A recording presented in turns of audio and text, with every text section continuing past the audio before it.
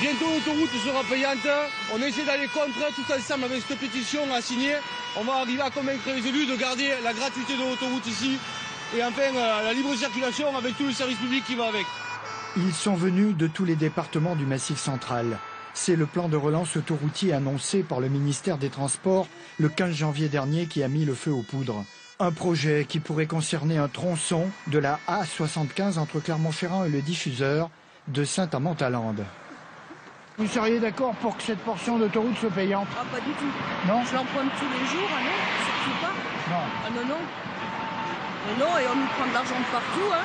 Ça sert à rien de venir travailler après. C'est une question de vie ou de mort du réseau routier national gratuit.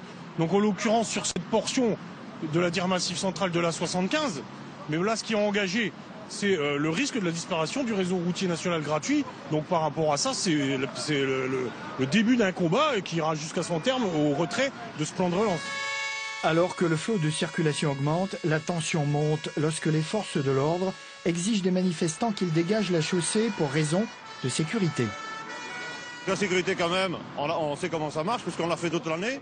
Et eux, c'est qui vont nous apprendre notre travail. C'est quand même malheureux que les forces de l'ordre viennent nous virer de notre propre secteur, notre 75.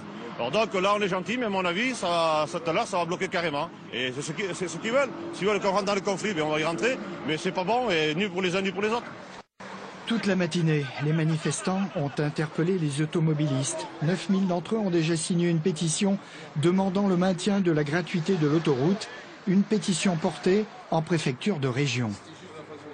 Le but, c'était bel et bien de réaffirmer au niveau du préfet, mais aussi, même avec un peu de gêne occasionné auprès des usagers, mais faire connaître la position et ce qui est en train de se passer de la part du gouvernement, de sa volonté de privatiser le réseau routier national.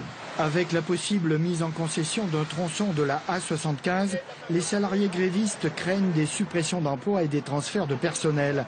Dans l'attente d'une réponse claire du ministère des Transports, ils restent mobilisés.